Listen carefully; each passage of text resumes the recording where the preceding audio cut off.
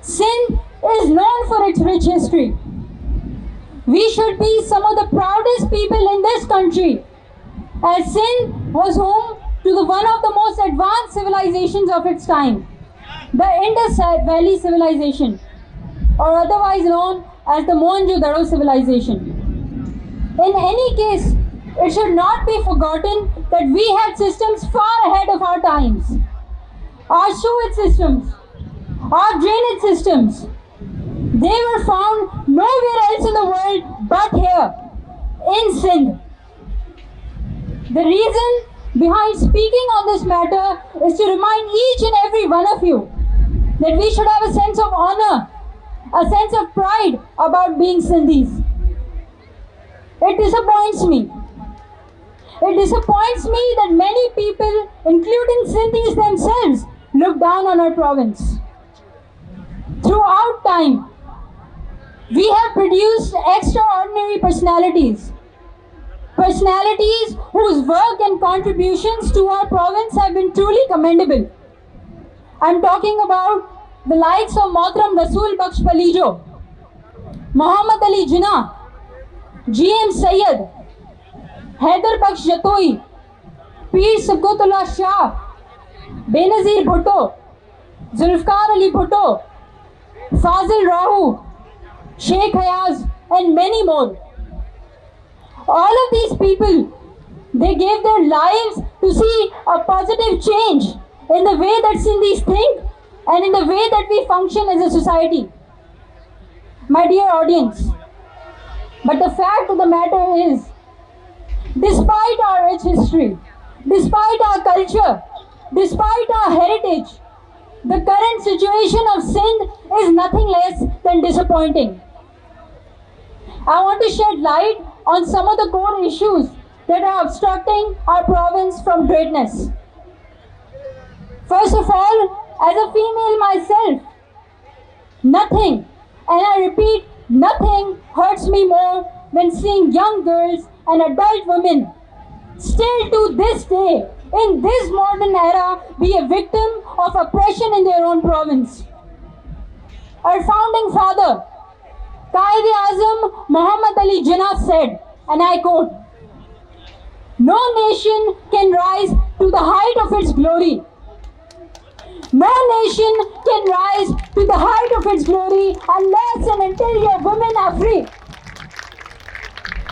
The women of Sindh are not free, especially rural women, Haryanis, young minority girls.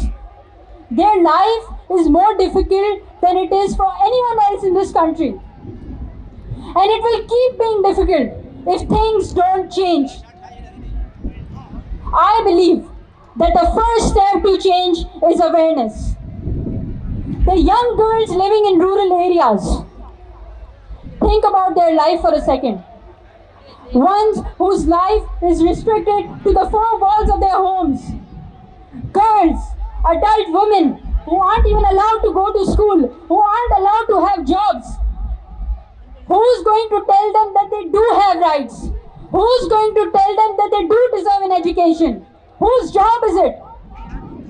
It's yours and it's mine. Because all of the people watching at home on their gadgets, you are privileged. Because I'm speaking in front of you today, and I'm privileged. And so is everyone living in big cities in their comfortable homes. But those women are not privileged. And we should use our voice for them. But it's not just women's rights, is it? There's so much more that's wrong with our province. For example, the education system in Pakistan. Poverty coupled with corruption has paralyzed the education system in Pakistan. And I'm sure you're all aware about the severe floods that struck upon us a while ago. Millions of people were displaced. And still to this day, many of them don't have roofs above their heads. And no one's talking about it anymore. News channels aren't covering them.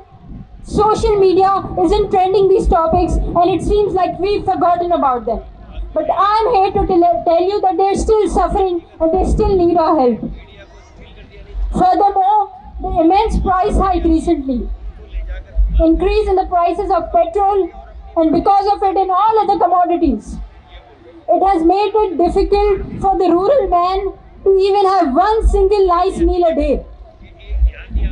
Think about it for a second. Most of the times, their kids, their children go to sleep on an empty stomach. And to make matters worse, people continue to threaten the integrity and unity of people. I cannot stress this enough. Tribalism and feudalism in our country has ruined what once was harmonious. It has ruined what once was a peaceful society. But how can we wish for a good education? How can we wish for luxuries when we don't even have the basic of necessities? When our villages don't even have clean water? When every year we hear countless cases of kids dying from malaria, of kids dying from dengue? We don't have hospitals. People die waiting for ventilators. People die waiting for hospital beds. And that's how severe the situation is in our province. If things don't change, our future as a nation, our future as a province is doomed. If our kids today cannot read, cannot write, we cannot hope to strive a decade from now. And I cannot be ignorant. I cannot stand here and blame the laborers, the farmers, the mothers and fathers for not being able to give their kids a good life. It is not their fault. It is not their fault that their authorities have been unjust to them. It is not their fault that people have forgotten about their miseries. They are hanging on by a thread. They are barely getting by. To all the people watching at home, to all the youngsters, I want you all to make active contributions.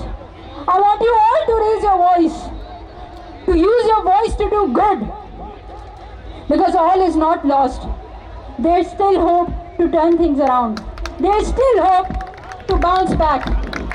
It is time to send a message to the people all around the world that we won't tolerate this anymore. That we won't let our people suffer anymore. I want to end by sharing a quote from John F. Kennedy. Ask not what your country can do for you. Ask not what your country can do for you, but what you can do for your country. Thank you very much. Jai Sindh.